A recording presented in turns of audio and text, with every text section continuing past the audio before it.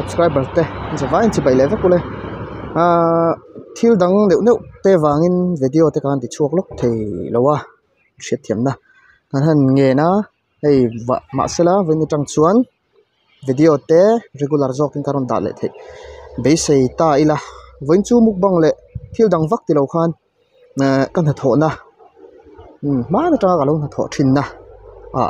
kan kalanga ta chuan eng mote min ti nge min no siam sak don nge adu ber pujo sa kan siam tir don ni hei hi ka soi ta khan kan ha tho na mun kal dong an ti to kha hei kan ha tho na mun ne te lai kan zoom anga hei hriat thei dan tur chuan Trinity nuaya khan World Bank Road lama tan thak angai dona toite tan thak angai ti me ang hei hi ma leivung pai thin na kha nia hei ti lai hi chuan hei hi kan na tho na hei hi workshop motor sil na le restaurant ani pa tilang photo kan tho na ti kan soi lang ngai lem lawa sela hei hi voina khuate hian azir lo em han chua wa don hian hei khuate dura ro te ta sek sek pon lama hat thil han ti hi anuam chia lawa borok te nazir lawa han ti thei ri don lawa ma sela kar le lampang chu khua that chuan outdoor lampang te po kan ti le thei to tur angai la hi wena chokan pan thanga hei hi kan soi ve mai menga hei hi kan original ve ko pa thok athok te a hian hei hi masak dar tumpo khan ke mani hi kan tel ve ni sam fai zinga chu karon soi masaloka hian nursery tangin tuna hian melthum Trinity ka pan me kan ke mai hei ha tang ka scooty oma mino nga karana entok po hi ruat hi la fek ka hei hu deuh nel nu la kong pi ko hu deuh chet pa na record ka halem lova hian hi chung te zara ka ta me ngo pa min lei ve leo nia thakop me ka longran puingun to boka ka dim boka chuan ana thona kan chukanga nge an tho te ha kan chuk en ve don ani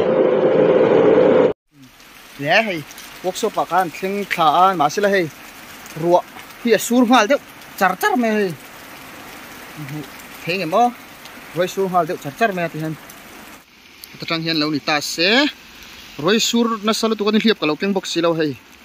hi kan dor phei hei tilai RPS restaurant tin sian atang hian tilam zong hi kan compound he tilam hi hei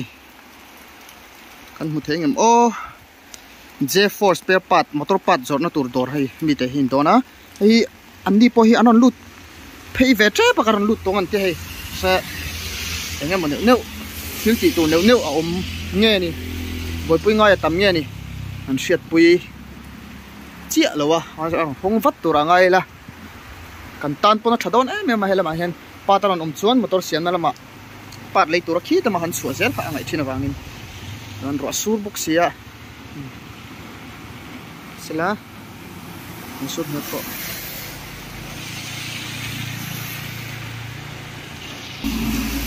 chuan ama sain restaurant hi kan lut chua ve sim anga RPS restaurant india lut chua ve ra dan kan hu photo kan video danga po khan mi chu kan tilang photo ma sa kan soi ngai lem lo kan ti to kha ei restaurant nia menu po hi tlem kan en zoyanga asiam thei a order thei te ho hi nia cheng de mo te khan thakop mai chuan workshop lo makan phele china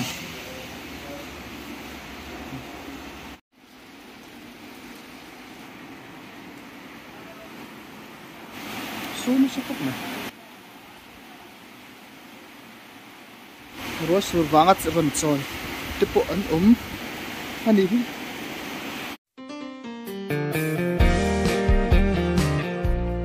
hi motor silna ber chu ni ta chuan helam hi Trinity kan tlan chhowin Trinity lampang hakan pota Trinity lampang tang tan thakin te lampang kha ni ta ni hi motor car chia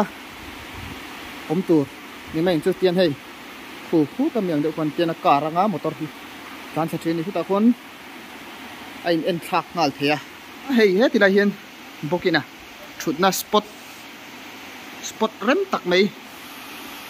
boka color hi in thak zum zum a chon hei lai hi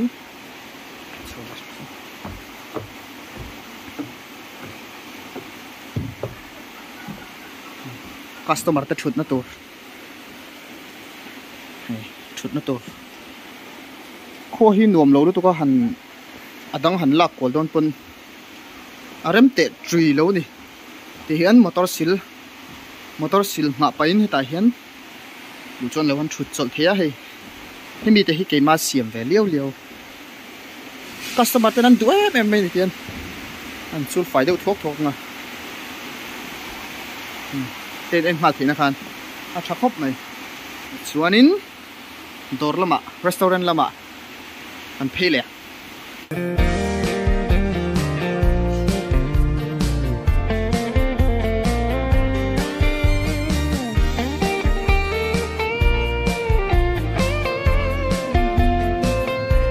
chuan an tile lo nga hei hi enge ni rong ka na khol da na te chuan enge moni bungrua an da nei na te so pama enga ma na po silong kang kalpui para tha ai tum don ni chun thile ya ra thak khop mai engine lak thak na te chon headline soi mai melo tur pai pakhat kan usai lo ta te hi CB 400 Honda CB 400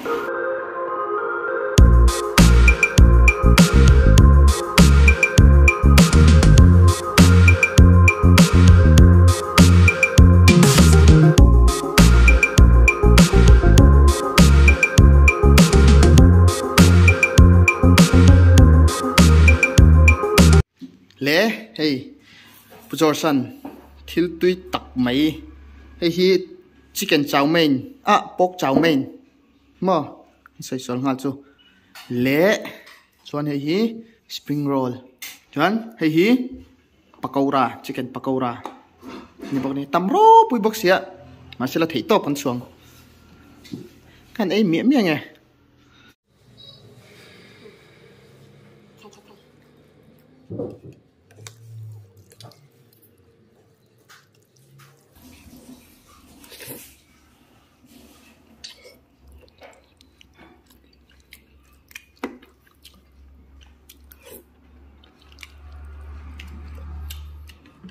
ating khop me thar lam boka tomato te carrot te thang ni hen kan ni bok sa thang ne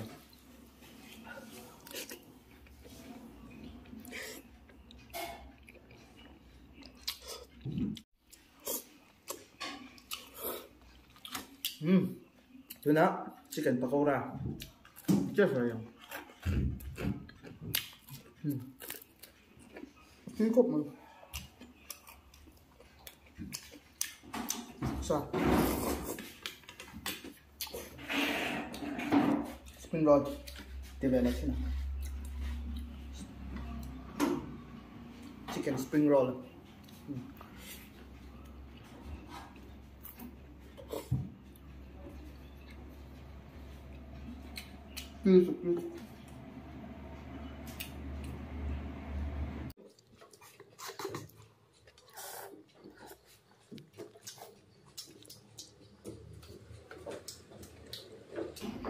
làm tí gì cho đèn ta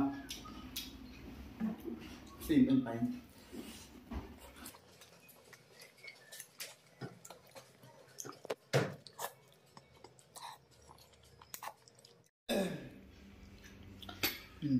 cái này thì lấy video vóc kha vẫn chưa còn xem đâu là vẫn chỉ tao không mà sẽ khôi dưới lầu box gì á cái mà thôi nó muốn hạt em cối viết tụi cô han khôi này dưới lầu tụi cô rửa hạt là đủ box gì em một lời thủy phí đâu á mấy chú hay giống như căn video này mấy xí lá ai lại cả choán muốn đăng ai mó khôi mà còn suộc lên à